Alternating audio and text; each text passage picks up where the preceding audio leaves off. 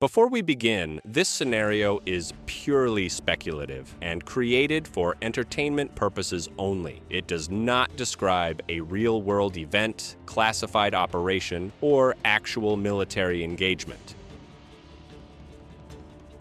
At exactly 3:47 in the morning, when the sky is still black and the sea looks flat and harmless, a decision is made in the Strait of Hormuz that cannot be reversed. 22 nautical miles off the Iranian coast, deep below the surface, an Iranian Kilo-class submarine commander gives a quiet order: fire. There's no drama in the moment, no shouting, no countdown, just compressed air, a sudden release of force, and a torpedo slipping free into the water. It accelerates fast, over 40 knots, cutting through the darkness toward a massive target ahead, the USS Abraham Lincoln, a nuclear-powered aircraft carrier, 100,000 tons of steel, 5,000 sailors, more than $13 billion of American naval power moving steadily through international waters. From 180 feet below the surface, it looks almost unreal. Too big, too confident, too exposed. To the submarine commander, this feels like opportunity. A single torpedo won't sink a carrier.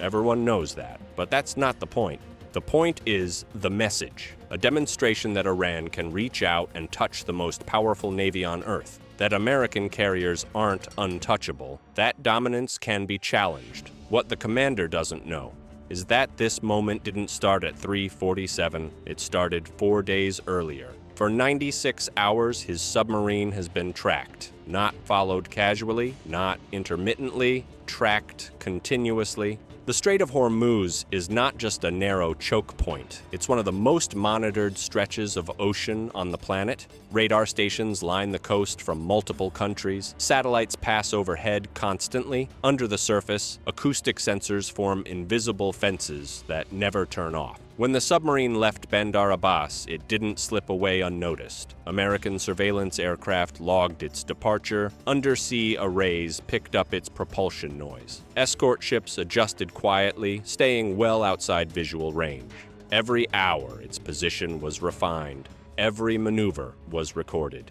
Every acoustic signature was analyzed. The commander believes he's being careful. Slow speed, passive sonar, minimal engine noise. And by Cold War standards, he is. But invisibility doesn't really exist anymore, only relative quiet. The torpedo he fires is a Type 5365, a wake-homing design originally developed by the Soviet Union in the 1960s. It's been updated over the years, reverse-engineered and maintained, but at its core, it belongs to another era. On paper, the specifications still look impressive. The weapon weighs over 2,000 kilograms. It carries a massive, high-explosive warhead capable of breaking a large ship's hull. Hydrogen peroxide propulsion gives it speed without a clear bubble trail. Maximum speed, roughly 45 knots. Maximum range, nearly 19 kilometers. Maximum operating depth, around 400 meters.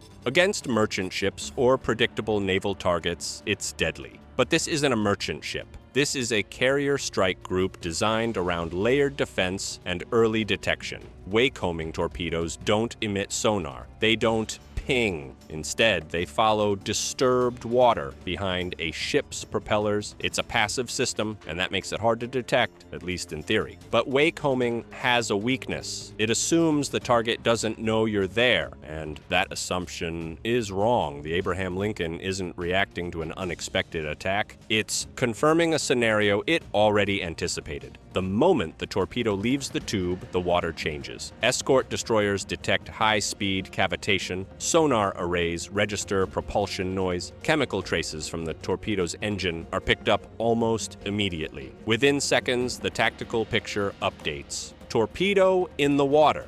Not shouted, not panicked, logged, bearing calculated, speed confirmed, weapon type identified, estimated time to impact, 11 minutes and 43 seconds. That sounds like a long time. It isn't, because the entire defensive sequence begins before the torpedo travels its first few hundred meters. This is what decades of anti-submarine warfare evolution look like. Not bigger ships, not louder sonar, better data, faster processing, shorter decision loops. Inside the carrier's Combat Information Center, the mood is calm.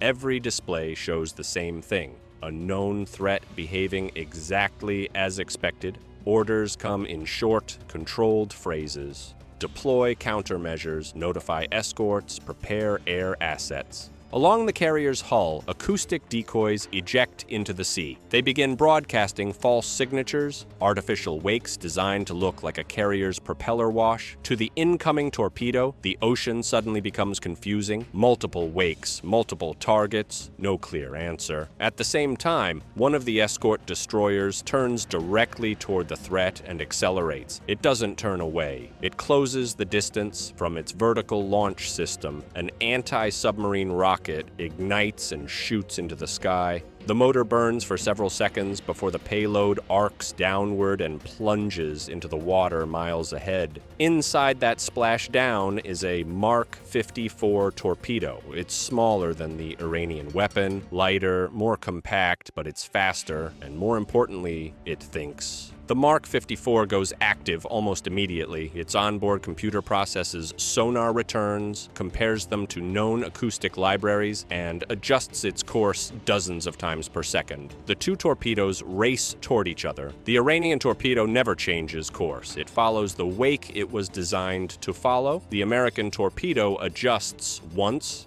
then again. At 3:49, just over 2 minutes after launch, the Mark 54 detonates close enough to destroy the guidance section of the incoming weapon. There's no cinematic fireball, just a violent underwater shock wave that tears apart control surfaces and cracks internal components. The torpedo loses propulsion and tumbles uselessly into the depths. Threat neutralized, but nobody relaxes because the torpedo was never the real problem. The submarine is. Down below, the commander knows something is wrong. His weapon should have reached the target by now. There's no explosion, no confirmation, silence. He has a choice: stay deep, stay slow, hope he hasn't been found, or run. He chooses to run. It's an understandable decision, and a fatal one. Engines push to emergency power. Speed increases sharply. Noise floods the water. Noise that travels for miles. Above the surface, response assets are already moving. An MH-60R Seahawk helicopter launches within minutes, carrying torpedoes, sonobuoys, and a magnetic anomaly detector. It arrives on station guided by data that's been building for days. The magnetic detector sweeps the surface, and then it hits. A distortion. Steel where steel shouldn't be. Sonobuoys drop into the sea in a precise geometric pattern. Passive sensors begin listening, and they hear everything. The submarine is loud now, fast, panicked. Its diesel engines are pushing hard, echoing through the water as it tries to reach deeper terrain. At 3:52, contact is confirmed. Target classification complete. Firing solution generated. The helicopter crew doesn't guess. The torpedo already knows where the submarine is. The order comes: drop weapon. A Mark 54 enters the water from low altitude and goes active almost immediately. This time, the submarine hears it. Alarms scream through the hull. Emergency maneuvers begin. The submarine turns hard. Dives, ejects decoys and noisemakers. Everything it's trained to do. Against older torpedoes, this might have worked. The Mark 54 filters out the decoys, ignores the noise, reacquires the real target within seconds. At 3:56, it strikes the submarine midship. Just below the conning tower, the warhead detonates against the pressure hull. There's no dramatic breakup, no Hollywood explosion, just physics doing what physics does. The hull cracks. Water floods in at hundreds of gallons per second. Compartments fill. Power systems fail. A submarine with a breached pressure hull at depth is already dead. By 4:01, the crippled vessel surfaces, barely controllable, wallowing in the waves. The crew emerges onto the deck, hands raised. From first torpedo launch to surrender, roughly 14 minutes have passed.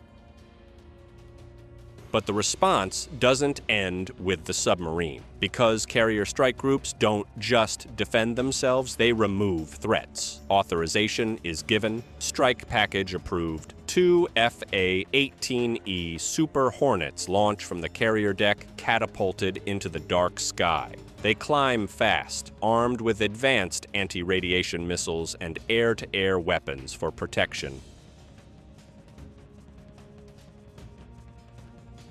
At the same time, escort ships prepare cruise missiles. Targets have already been selected. The submarine base at Bandar Abbas, command bunkers, torpedo storage facilities. As the jets approach the coast, Iranian radar operators attempt to shut down their systems. It doesn't help. Modern anti-radiation missiles don't just chase live emissions, they remember where radars were. Missiles drop from the jets and ignite, streaking toward the coastline at supersonic speed. Impact, radar antennas collapse, control buildings erupt, coastal surveillance goes blind. Minutes later, cruise missiles arrive, flying low, following terrain. Guided by GPS precision measured in meters, submarine pens collapse under massive warheads, reinforced concrete fails, piers are buried, the base is rendered unusable. Command facilities disappear, torpedo storage detonates. Each strike is limited, precise, deliberate, not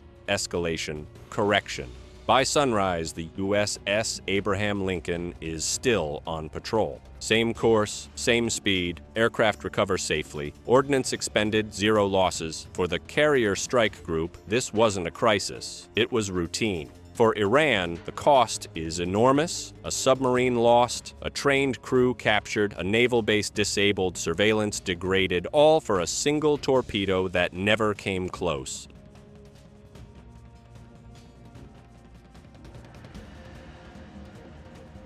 State media will later claim success, forced withdrawal, victory narratives, but navigation logs tell a different story. No course change, no speed reduction, no deviation.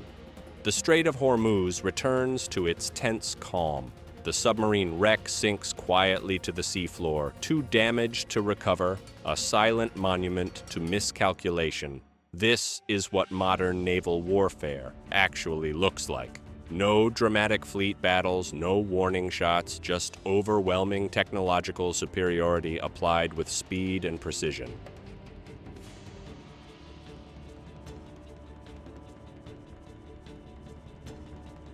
The United States Navy doesn't fight fair, it fights to win. And in waters like these, winning means making threats disappear before they ever become dangerous. The next commander thinking about taking that shot won't need to try. He already knows how it ends.